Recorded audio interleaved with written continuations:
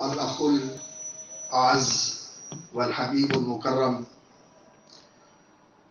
فضیلت العلامہ عبداللہ ناصر رحمانی صاحب اور الاخ العزیز حافظ عبدالصمد صاحب اور میرے رفقاء اور میرے بہت ہی محترم بھائی اور بزرگ اور ساتھی حضرت مولانا ارشاد الحق صاحب حافظہ اللہ، جو ہماری جماعت کا بہت بڑا قیمتی سرمایہ ہے اور ہمارے بزرگوں کی روایات کے امین ہیں، اور انہوں نے مسلک اہل حدیث اور مقام صحابہ اور خدمت حدیث اور اب ماشاءاللہ وہ جو خدمت تفسیر کا بہت ہی عظیم کارنامہ سر انجام دے رہے ہیں۔ اللہ تعالیٰ سے دعا ہے کہ اللہ تعالیٰ ان کی زندگی میں برکت فرمائے، ان کا سایہ عاطفت صحت و عافیت کے ساتھ سلامت رکھے، جو ان کے منصوبے ہیں علمی اور تحقیقی، اللہ تعالیٰ ان کی تکمیل کی اللہ رب العزت توفیق عطا فرمائے۔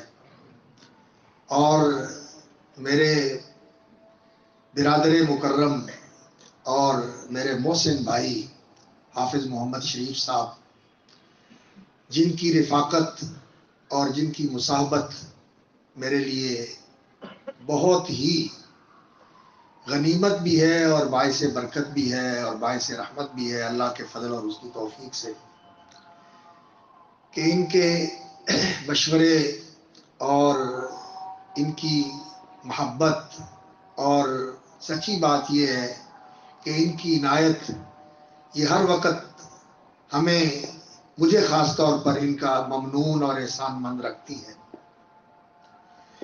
میں نے جب یہاں آنے کا ارادہ کیا تو جیسے حضرت حافظ صاحب نے اشارہ کیا کہ دل میں ایک یہ بات تھی کہ یہ جو علاقہ ہے سندھ کا علاقہ، یہ باب الاسلام ہے ہمارے ہندوستان کے لیے، یہاں سے اسلام کی روشنی اس بر صغیر کے اندر آئی ہے، یہ وہ سرزمین ہے جس کو یہ شرف حاصل ہے کہ اس نے صحابہ کے قدم چومے ہیں، اور یہاں کی فضائیں ایسی ہیں کہ یہاں تابعین نے اور بعض روایات، تاریخی روایات کے مطابق صحابہ نے سانس لیے ہیں، اور محمد بن قاسم اور ان کے رفقا نے یہاں کچھ وقت گزارا ہے۔ اور سب سے پہلے جو لوگ یہاں تھے وہ تھے جو اس کا مصداق تھے جس کا نبی صلی اللہ علیہ وسلم نے تذکرہ فرمایا ہے کہ میری امت کے اندر بگاڑ آ جائے گا اور فساد پھیل جائے گا اور لوگ مختلف راہوں کی طرف نکل جائیں گے، میرا راستہ چھوڑ کر الگ راستے بنا لیں گے، لیکن تم نے اس جماعت کو لازم رکھنا ہے۔ الجماع، کون سی جماعت ہے جس کو تم نے تھامے رکھنا ہے، پکڑے رکھنا ہے؟ مختلف مواقع پر نبی صلی اللہ علیہ وسلم نے مختلف ارشادات کے اندر بڑی اہم چیزیں بیان فرمائی ہیں، ان میں سے کسی موقع پر تو یہ کہا،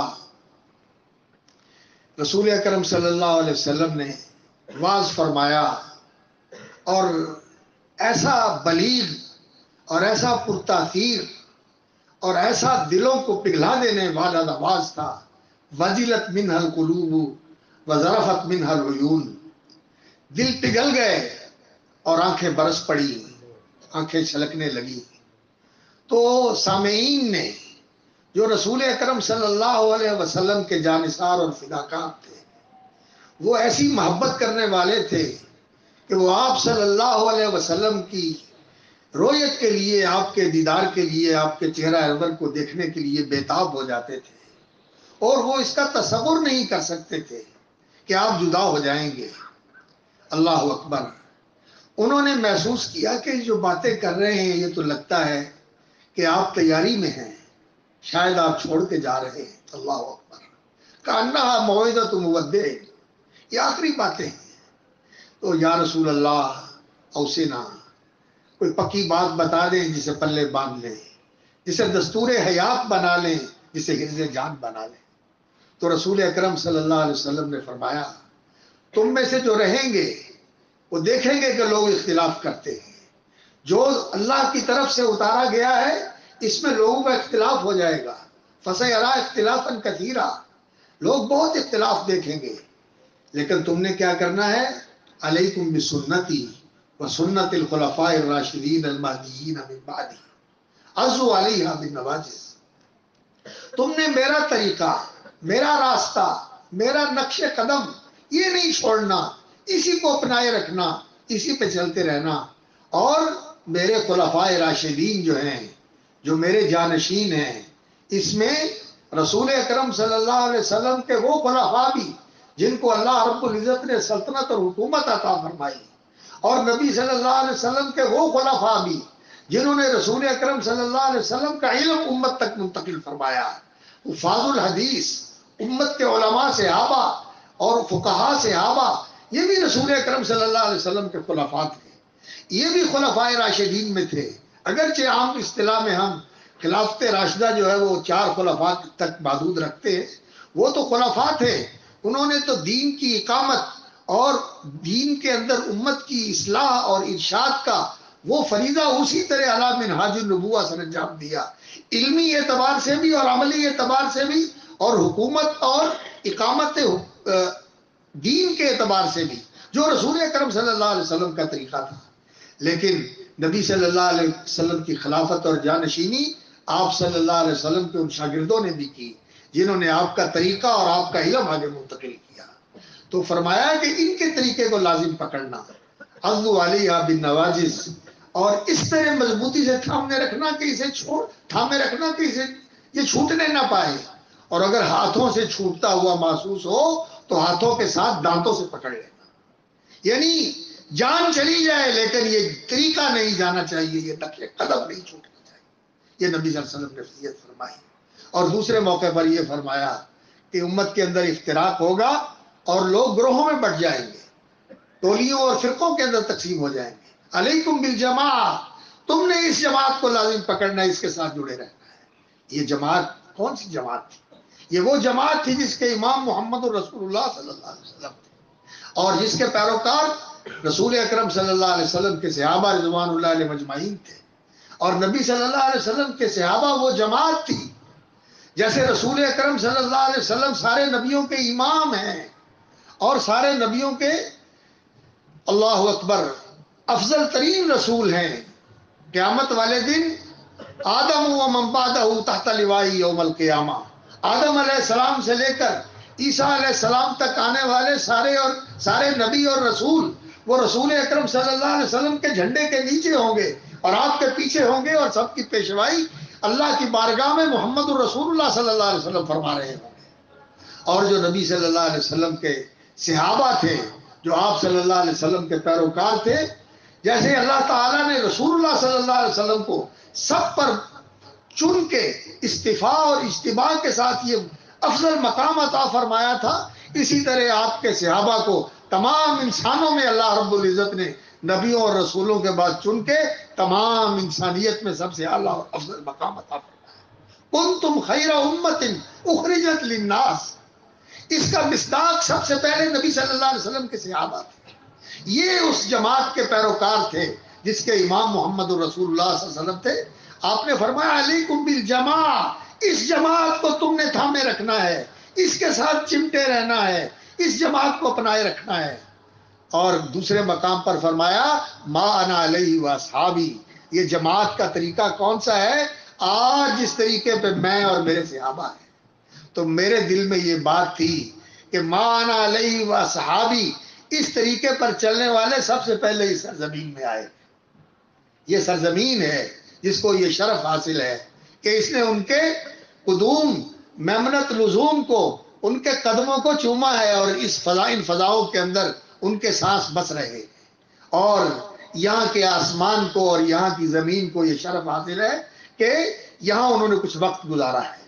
یہ سرزمین، اس کے ساتھ محبت ہمارے دلوں میں ہے، اور پھر اس کے ساتھ ایک اور بھی تعلق ہے کہ یہاں ایک ایسا خاندان ہے، راشدی خاندان، جس نے مسلک اہل حدیث کی اور توحید کی اشاعت کی اور سنت کے دفاع کی اور سنت کے احیاء کی وہ روایت قائم کی ہے جو اس بر صغیر کے اندر ہم اہل حدیثوں کے لیے باعث شرف اور باعث فخر ہے، جس پر ہمیں بجا طور پر فخر ہے کہ یہاں انہوں نے بہت بڑا کام کیا ہے۔ تو اس علاقے میں جانا اور ان کے فیض یافتگان سے ملنا، اور ماشاءاللہ ان کے پوتے تشریف فرما ہیں سید ابو حمید صاحب راشدی حافظہ اللہ، اور شیخ صاحب ان کے خصوصی شاگرد ہیں شیخ عبداللہ ناصر صاحب، ان کے ساتھ جو ان کی محبت تھی اور جو ان کا لگاؤ تھا، ہم نے اس کے مظاہر اور اس کے جو ہے نا چشمدید گواہ ہے کہ جس طرح وہ ان سے محبت کرتے تھے اور جس طرح وہ انہیں اپنا جانشین بناتے تھے، اور ان کے سپرد کر کے وہ مطمئن ہو جاتے تھے کہ اب جو کام میں نے کرنا تھا وہ میرا بیٹا یہ کرے گا۔ تو اللہ تعالیٰ ان کے درجات بلند فرمائے اور ان کو اس نعم السلف کا خلف الصدق بنائے، نعم الخلف بنائے، اور ان کی اولاد کو بھی اللہ تعالیٰ اس کا بنائے۔ تو ان جذبات کے ساتھ اس سرزمین کی زیارت کے لیے ہم آئے، وگرنہ سفر وغیرہ چھوٹے ہوئے ہیں، اور دوسرا یہ تھا کہ مولانا ارشاد الحق صاحب کے ساتھ سفر کریں گے تو چلو اس سفر میں ان کے ساتھ کچھ قریب رہنے کا موقع مل جائے گا۔ تو سچی بات یہ ہے کہ اس غرض سے آئے تھے۔ اللہ تعالیٰ جزائے خیر دے ہمارے عزیز مکرم حافظ عبداللہ ادریس کو، سلمہ اللہ وبارک فی، اس کی محبت اور اس کی لگن اور اس کا الحاح اور اس کا چمٹ کے پیار کے ساتھ پیچھے پڑ کے ٹائم لے لینا شیخ صاحب سے اور حافظ صاحب سے، اور میں ان کے ساتھ، یہ اس کی محبت اور اس کا لگاؤ ہے۔ اور پھر یہ ہمارے میزبان حافظ عبدالصمد صاحب اور آپ سب رفقا جیسی تکریم اور جیسی محبت اور حفاظت اور جس طرح کے پیار اور جس طرح کی اپنائیت کا آپ نے ہمارے ساتھ مظاہرہ کیا ہے، سچی بات ہے، اس کے لیے ہم آپ کے شکر گزار ہیں اور آپ کے لیے دعا گو ہیں۔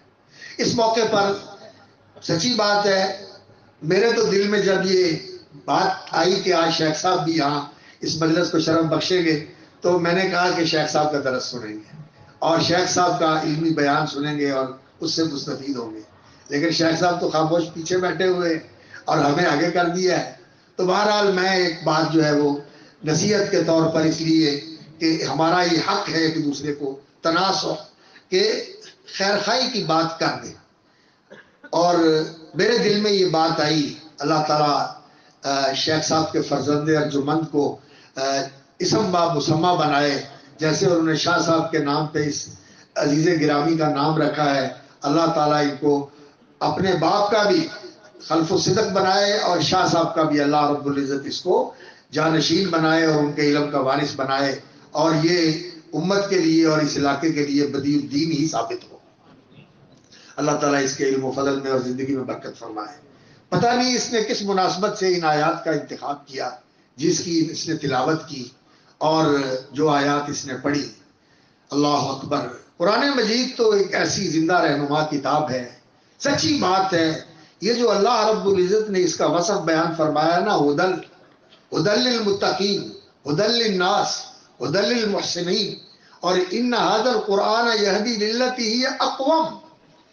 اگر اللہ رب العزت انسان کو قرآن مجید سے تعلق نصیب فرما دے اور قرآن سے ہدایت لینے کا جذبہ انسان کے اندر پیدا ہو جائے، اور انسان تعبد کے لیے تو قرآن کی تلاوت کرتا ہے، اور یقیناً تلاوت اس کی عبادت کے طور پر کی جائے تو اس کا ثواب ملتا ہے، لیکن جو اللہ رب العزت نے اس کو ذکر بنایا ہے یاد دہانی کے لیے، نصیحت حاصل کرنے کے لیے، اور اللہ رب العزت نے اس کو اتارا ہے لعلکم تعقلون، یبین اللہ لکم آیاتہ لعلکم تعقلون، اللہ تعالیٰ اپنی آیتیں تمہارے لیے کھول کھول کر بیان کرتا ہے تاکہ تم سمجھو، عقل، فہم، شعور، ادراک، گہری سمجھ یہ حاصل کرو۔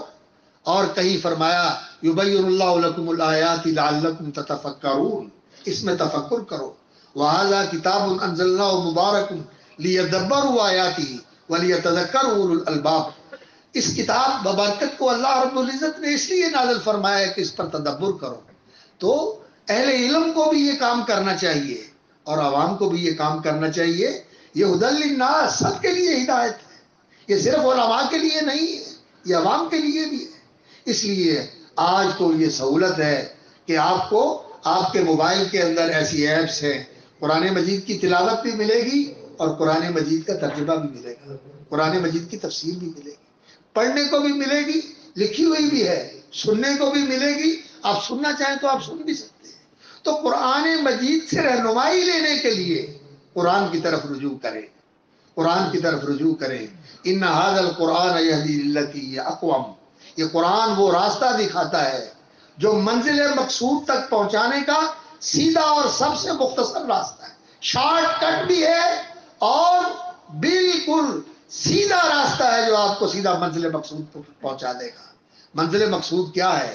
منزل مقصود ہے اللہ کی رضا، اور منزل مقصود یہ ہے کہ اللہ کی رحمت و رضا کے گھر جنت کا انسان مستحق بن جائے، رسول اکرم صلی اللہ علیہ وسلم کی شفاعت سے سرفراز ہو کر آپ صلی اللہ علیہ وسلم کے نقش قدم پہ چلتے ہوئے آپ کے پیچھے پیچھے جنت کے دروازے تک پہنچ کے جنت کے اندر انسان پہنچ جائے، یہ انسان کی منزل ہے۔ یہ راستہ قرآن دکھاتا ہے، اور یہ راستہ قرآن مجید نے ہر انسان کو دکھایا ہے، وہ کسی شعبے سے تعلق رکھتا ہو، کسی طبقے سے تعلق رکھتا ہو، اہل علم کے لیے بھی، عوام کے لیے بھی، خواص کے لیے بھی۔ اللہ اکبر، قرآن مجید ہدایت کی کتاب ہے، رہنما ہے اور زندہ رہنما ہے۔ اس وقت جو صورتحال ہے ہم مسلمانوں کی اور اس امت کی، عقیدے کو دیکھیں تو عقیدہ توحید جو ہے یہ بہت ہی اس طرح اس امت کے اندر اجنبی ہو گیا ہے کہ آج توحید کی بات کرنا یہ انسان کے لیے اتنا مشکل ہو گیا ہے۔ لوگ کہتے ہیں کہ جان کا خطرہ ہے، کیسے خالص توحید بیان کی جائے، اور بدعات کا اتنا غلبہ ہے کہ کسی بدعت کے متعلق بات کریں تو لوگ کہتے ہیں کہ دہشت گردی کا پرچہ ہو جائے گا، اور اس طرح کی صورتحال ہے کہ آپ اس طرح کی بات نہیں کر سکتے۔ یہ مسلمانوں کا حال ہے، اس ملک کا حال ہے جس کے اندر مسلمانوں کی اکثریت رہتی ہے، اکثریت مسلمانوں کی ہے۔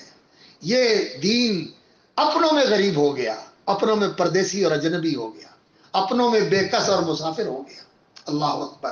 اور جیسے حافظ صاحب نے اشارہ کیا، علامہ البانی رحمۃ اللہ علیہ کی بات، توحید والے، سنت والے، اپنے آپ کو یہ سمجھنے والے کہ ہم پکے موحد ہیں اور ہم متبع سنت ہیں، اگر اخلاق والا معاملہ دیکھا جائے تو سچی بات ہے اخلاق کی ابجد بھی ہمارے اندر نہیں۔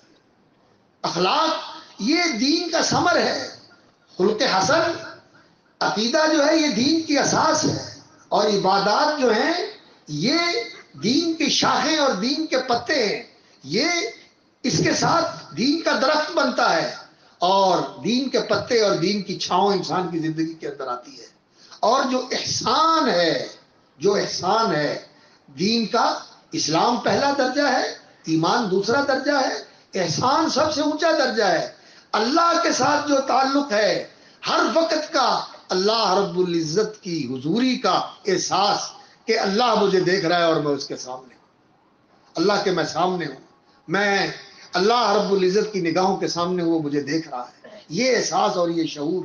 اور اگر محبت غالب ہو تو پھر تو انسان کے دل میں اللہ رب العزت کا دھیان ایسا ہوتا ہے کہ انسان کے اوپر ہر وقت یہ وجد اور کیفیت طاری ہوتی ہے کہ میرا رب مجھے دیکھ رہا ہے اور مجھے محبت سے دیکھ رہا ہے، اور میرا نام بھی لے رہا ہے۔ جب میں اس کا ذکر کرتا ہوں، جب میرے دل سے، میری زبان سے نکلتا ہے سبحان اللہ، تو وہ اللہ کہتا ہے اللہ اکبر، جو میرا زبان سے ذکر کرتا ہے میں بھی اس کا منہ سے ذکر کرتا ہوں۔ اللہ اکبر۔ دل میں یاد کرتے ہو تو وہ دل میں یاد کرتا ہے، ذکرتہ فی نفسی۔ اور اگر تیری زبان سے اس کا نام آتا ہے تو اللہ رب العزت بھی تیرا نام لیتا ہے اور تیرے اوپر فخر کرتا ہے اپنے فرشتوں کے اندر. یہ احساس اور شعور انسان کے اندر ہو تو سچی بات ہے انسان کی وہ کیفیت ہوتی ہے اور وہ وجدافرین انسان کی حالت ہوتی ہے کہ انسان جو ہے خوشی سے ہی ہر وقت سرشار رہتا ہے. یہ جو چیزیں ہمیں پریشان کرتی ہیں یہ پریشانیاں تو اس وجہ سے ہیں کہ اللہ کے ذکر سے غافل ہیں. یہ غفلت کا سارا مرض ہے. تو یہ دین جو ہے احسان اللہ کے ساتھ جو معاملہ ہے وہ مراقبے اور اللہ رب العزت کے اس چیز کا ادراک ہے کہ وہ مجھے دیکھ رہا ہے اور اس کا دھیان دل میں ہونا چاہیے. اور خلق کے ساتھ احسان یہ ہے کہ احسن الی من اساء الیک، جس نے تیرے ساتھ برا کیا ہے اس کے ساتھ تو احسان کر. واعف عمن ظلمک سل من قطعک واعط من حرمک، جس نے تجھے نہیں دیا تو اس کو دے، جس نے تیرے ساتھ زیادتی کی ہے تو اس کو معاف کر دے، جس نے تیرے سے تعلق توڑا ہے تو اس کے ساتھ جوڑ لے. احسان تو اس چیز کا نام ہے. جو آپ کے ساتھ اچھا کرتا ہے اچھے کے بدلے میں اچھا، یہ تو عدلے کا بدلہ ہو گیا. احسان تو اس چیز کا نام ہے جس نے برا کیا اس کے ساتھ احسان. قرآن میں تعلیم تو اس بات کی دی ہے ادفع باللتی احسن السیئہ نحن اعلم بما یصفون.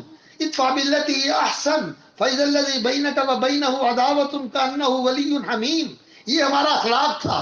ہم نے تو دوسروں کے ساتھ بھی اس اخلاق کا مظاہرہ کرنا تھا لیکن ہم تو اپنوں کے ساتھ بھی کرنے کے لیے تیار نہیں. تو دین کا زوال آیا ہے. یہ دین کا پھل ہے. اللہ کے ساتھ احسان کا معاملہ اور لوگوں کے ساتھ احسان کا معاملہ. انسان کے دین کا پھل یہ اخلاق ہے. اس سے پتہ چلتا ہے کہ اس کے اندر دین ہے یا نہیں ہے کہ اس کا پھل کیا ہے. درخت اپنے پھل سے پہچانا جاتا ہے اور انسان اپنے اخلاق سے پہچانا جاتا ہے. یہ انسان کے پاس کسوٹی ہوتی ہے انسان کی پہچان کے لیے. تو خیر بات میں کر رہا تھا عزیز گرامی نے جن آیات کی تلاوت کی ان آیات کے اندر ہمارے لیے رہنمائی ہے. وَاتْلُ عَلَيْهِمْ نَبَأَ الَّذِي آتَيْنَاهُ آيَاتِنَا فَانسَلَخَ مِنْهَا فَأَتْبَعَهُ الشَّيْطَانُ فَكَانَ مِنَ الْغَاوِينَ. جس امت کو اللہ نے دین دیا ہے، یہ علماء، یہ عوام، یہ سب وہ ہیں جن کو اللہ رب العزت نے دین دیا ہے. اب جو ان آیات سے نکل جائیں گے، اس دین کو چھوڑ دیں گے. انسلاخ کا معنی یہ ہوتا ہے کہ انسان کے اوپر کوئی چیز ہے انسان اس کو اتارتے ہیں. بکری کی کھال اتارتے ہیں تو کہتے ہیں سلخ، تو اس کی کھال اتار کے گوشت ننگا کر دیا. اور انسلاخ کا معنی ہوتا ہے جیسے سانپ اپنی کینچلی نہیں اتار دیتا، کینچلی اتار کے باہر نکل جاتا ہے.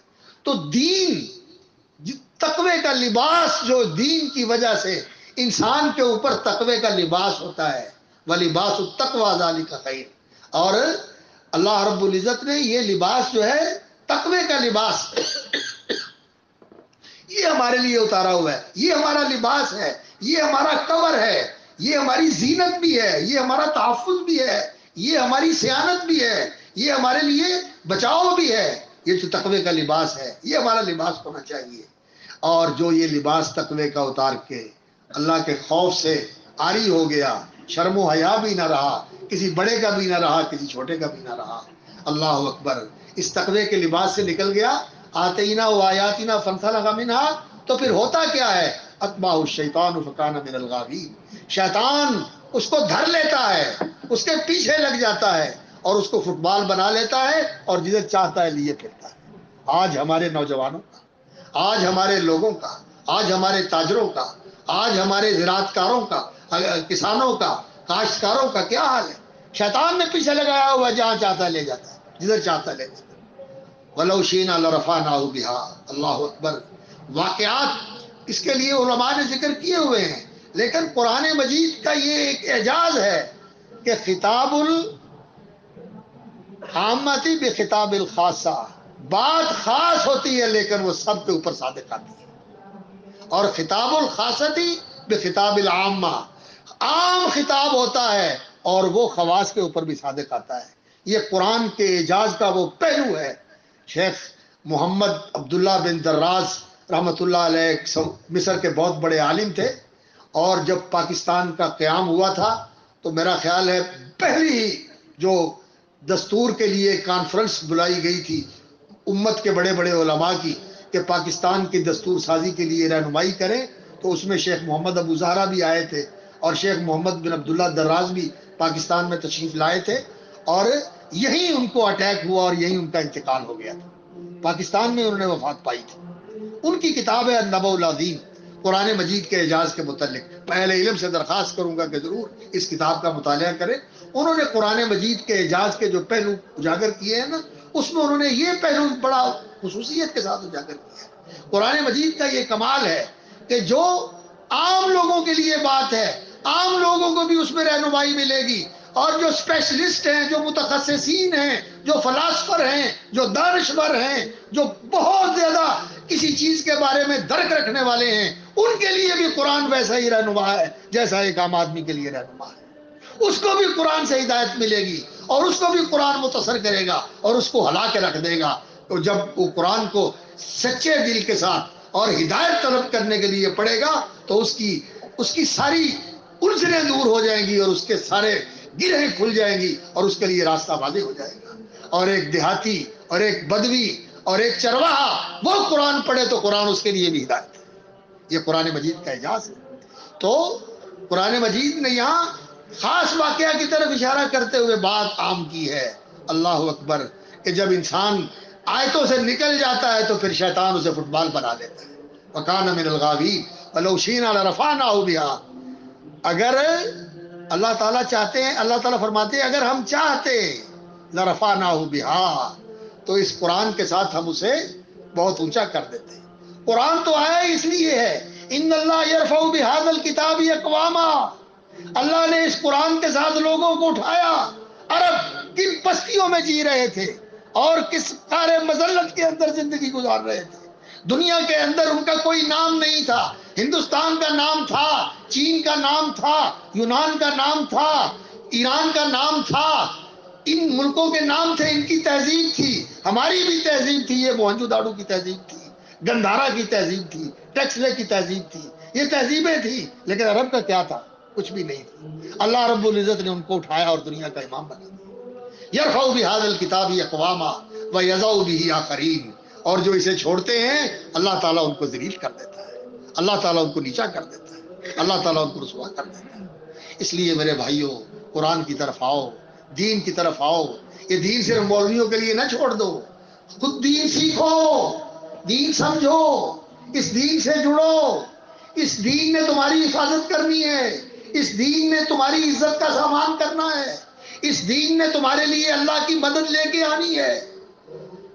اللہ کے دین کی مدد کرنا اللہ کی مدد کرنا ہے، اور اللہ کی مدد کرنے سے اللہ کی مدد ملتی ہے۔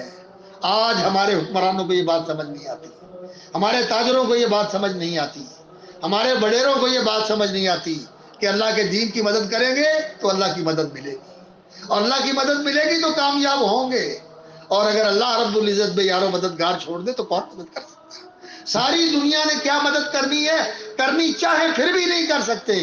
تو اللہ رب العزت اگر چھوڑ دیتا ہے تو یہ مدد نہیں کرتے، الٹا دشمن بن جاتے ہیں، دوست کے بھید میں آتے ہیں، دوست بن کے خیر خواہ بن کے آتے ہیں، آپ کو پروگرام دیتے ہیں کہ یہ تمہارے لیے پروجیکٹ ہے، اس کے اوپر عمل کرو، لیکن اسی میں تمہارے لیے زہر ہوتا ہے، اسی میں تمہاری موت ہوتی ہے، تمہیں اور تمہاری نسلوں کو غلام بنا رہے ہوتے ہیں، خرید رہے ہوتے ہیں، تمہاری آزادی کے سودے کر رہے ہوتے ہیں۔ اس لیے قرآن سے رہنمائی لینے کی ضرورت ہے، قرآن کی طرف آنے کی ضرورت ہے، لیکن مایوسی والی کوئی بات نہیں۔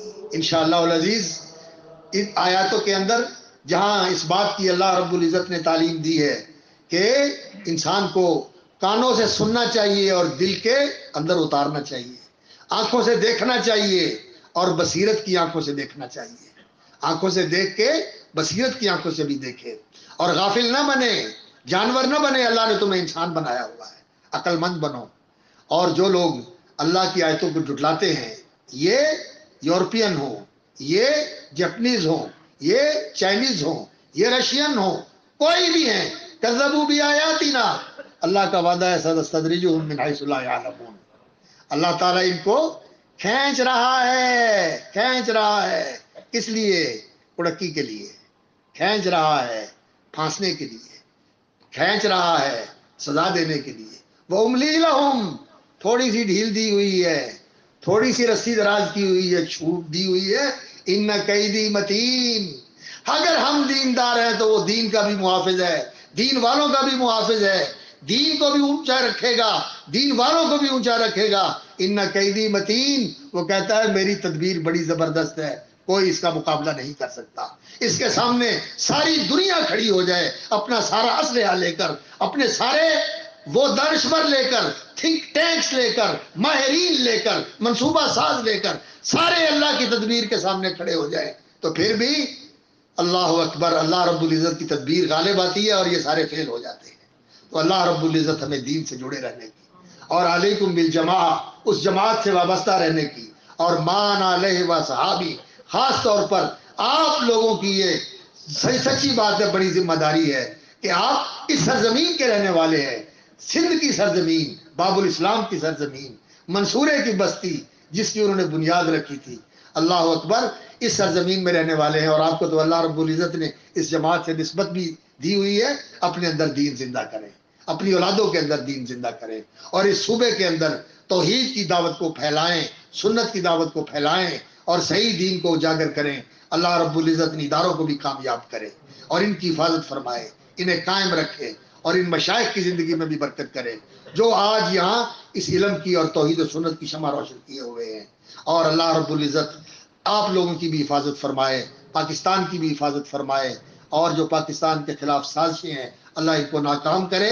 اور اللہ رب العزت پاکستان کے حکمرانوں کو، یہاں کی افواج کو، یہاں کے دانشوروں کو، یہاں کے سیاستدانوں کو صحیح راستے کی طرف آنے کی توفیق عطا فرمائے، جو فلاح کا راستہ ہے، جو صلاح کا راستہ ہے، جو دونوں جہان کی سعادت اور کامیابی کا راستہ ہے. سبحان ربک رب العزت عما یصفون وسلام علی المرسلین والحمد للہ رب العالمین.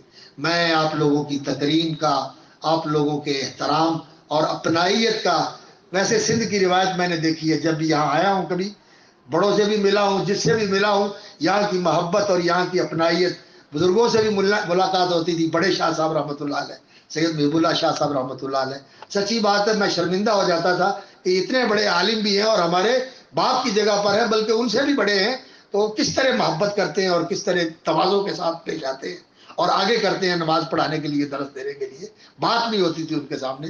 اور سید بدی الدین راشدی رحمۃ اللہ علیہ بھی ایسے ہی کیا کرتے تھے، شفقت کیا کرتے تھے، محبت کیا کرتے تھے. تو سندھ کی یہ روایت ہے کہ اپنائیت اور محبت کا اظہار کرتے ہیں. اس کے لیے ہم آپ سب کا شکر گزار ہیں، آپ سب کے شکر گزار ہیں، اور آپ کے لیے دعا گو ہیں. اللہ تعالیٰ ہمیں دین کے اوپر استقامت بخشے اور صحیح دین کا فہم عطا فرمائے اور اس پر عمل کی توفیق عطا فرمائے. سبحان ربک رب العزت عما یصفون وسلام علی المرسلین والحمد للہ رب العالمین.